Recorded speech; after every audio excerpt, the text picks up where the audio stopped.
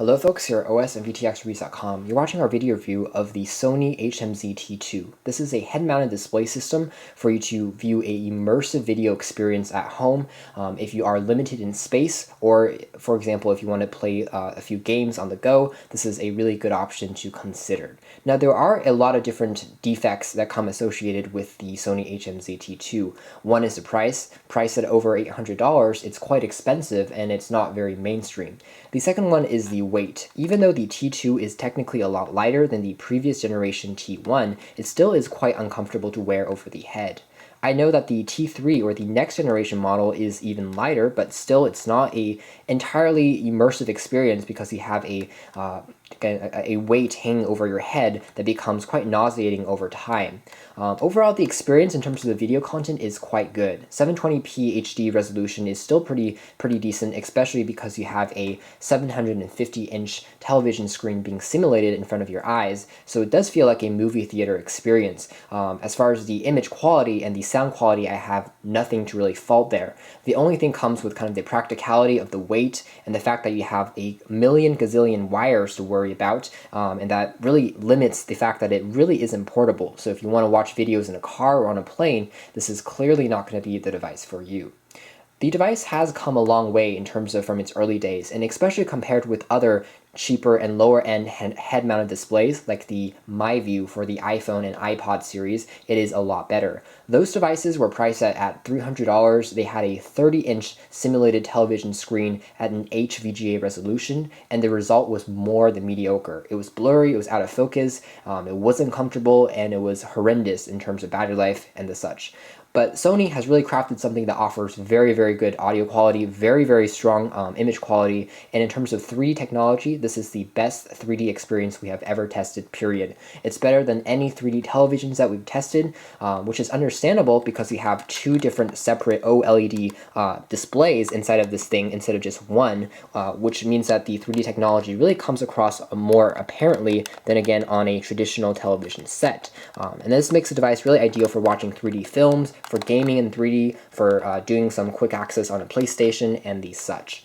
Again, some downsides to this are going to be the wires. You have one wire connecting to a pair of headphones, one wire connecting to the data processing unit that comes bundled with it, one wire that connects to an HDMI port, one wire that connects to the wall for the power, and the entire thing is quite easy to tangle up.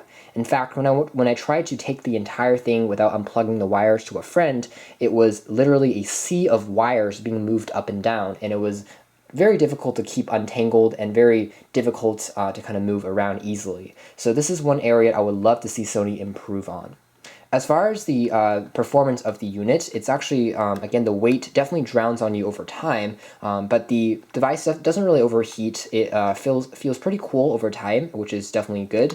And you have these pads that you can adjust on the sides here, that goes over your forehead, and the back goes over your head. The product itself actually can be worn even if you wear glasses or contacts or the such. The nose simply goes on here, and your nose doesn't really even rest on the plastic, but the eyes can be adjusted depending on how far or how close your eyes are, and it's actually pretty easy to adjust even if you have glasses on, so it's a pretty comfortable fit. One notable difference between the Sony HMZ and something like the Oculus Rift is that instead of virtual reality, this is more of a head-mounted display in the sense that it doesn't have head tracking built in right away. Instead, if you want to have head tracking where you can move your head or tilt it like an accelerometer and you can see something change in your game, you have to have, first of all, a supported game for that, and secondly, you have to have a optional accessory that you can purchase for about $100 or $200 more, but that does work pretty well if you are looking into that. Some people have critiqued the fact that it has only 720p HD video quality instead of 1020p, but that's actually not the part that really gets to me, because I think that 720p HD video is already pretty impressive. Connected to either a laptop, a PC, a gaming console, or a smartphone, or a tablet, quality was already very decent. Watching videos was amazing, 3D was amazing, 2D was amazing, and playing back games was already very good. The Oculus Rift compared to this product is about the same, I guess, as far as quality of video is considered. It is a bit more comfortable to wear, however, so Sony does need to work on, again, the size of this thing and making it more comfortable compared to the Oculus Rift, which also has a lower price tag.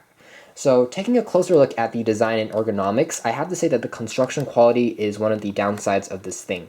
It looks pretty cool, but the plastic is very creaky and cringy. Where you first take it out of the box, my first impressions were pretty bad. I thought this thing would be very cheaply made and the performance would be terrible just because it creaks, as you can hear. When you hold it in your hand and wrangle with it, it makes all these noises, which is bad considering this is a $1,000 pair of head-mounted displays. And especially because I've seen better stuff come out of Sony's camp before. But the actual video experience really belies the construction quality, which was the part that kind of took me by surprise. It's actually very good quality. So the side of here controls the 5-way navigation toggle composing of up, down, left, right, and OK. There's also a simple and easy to press on-off switch. There's also a volume controller directly on the unit itself, and you can plug in through the headphones on the side of the product over here. The display unit is quite large. It's the size of a DVD player, so it's, again, not very portable, but you do need it, and it does have an LED indicator to tell you when the product is turned on. The back features one full-size HDMI port for connecting to, again, a supported product for video input, because essentially this is a monitor or a display monitor or a television or personal theater, whatever you want to say. And there's also a video out, so you can actually put in a video and transfer it out on the processing unit, which is pretty nice. The processing unit does overheat. If you place this on carpet, it gets very, very hot very quickly. I'm not exactly sure why, but there are no fans on here, only ventilation holes, and I don't think that's enough. So placing it on a hard surface like a desk or a hardwood floor is your best bet. Don't place it on carpet because it will overheat like crazy.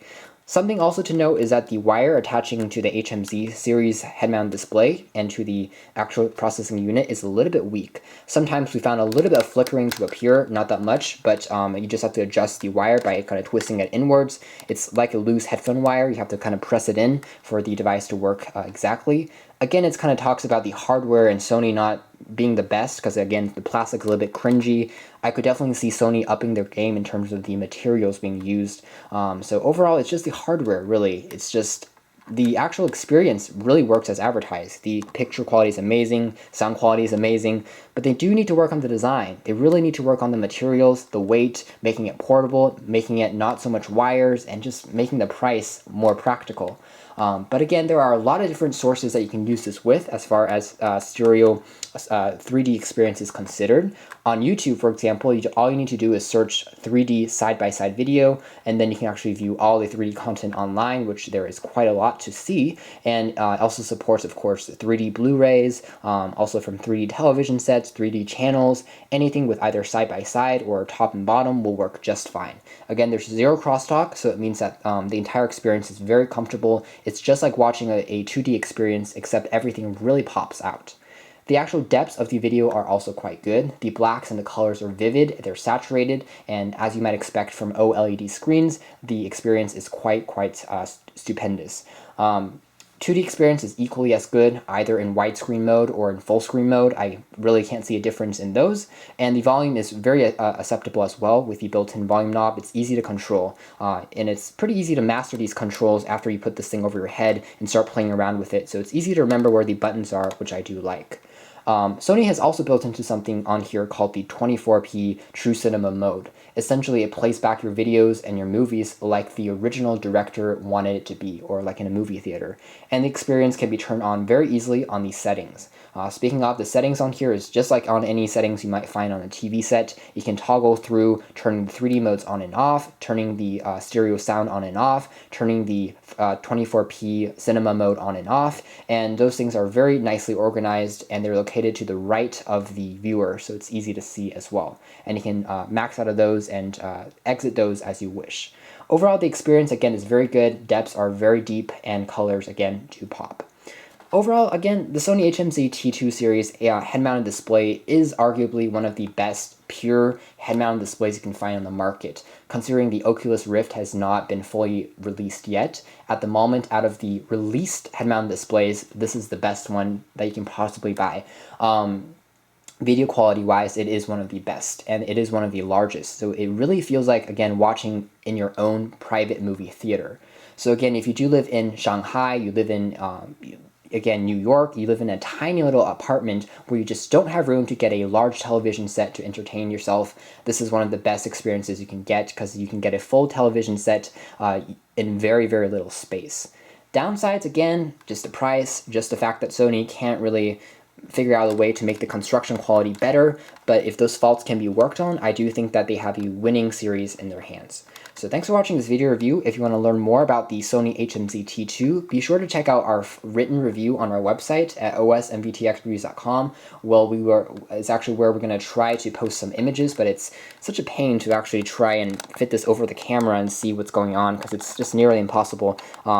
Difficult to see, again, very much what's going on to the screen, but again, the actual experience, it does need to be experienced to find out. To see how each user responds to it is going to be different, but you can go to any Sony store and they still should have some stock on here in terms of how it actually works out, but the overall experience, again, is very, very good, or at least from my experience. And again, you can see that you can actually go in, watch video content, and experience video in an HD manner. Again, it takes a little bit of acclimation to get used to. I do know some people that felt like the thing couldn't adjust to their eyes and they thought the image quality was a little bit blurry on the sides. That does happen a little bit if you aren't able to adjust the device properly. So it is a little bit of a hit or miss depending on your eyes and depending on, you know, if 3D gets you sick or not. But it is something that you should definitely check out if you are interested in head-mounted displays. It is one of the best out there. So thanks for watching again here at osvtxreviews.com. This has been our full video review of the Sony series HMZ-T2 head-mounted display.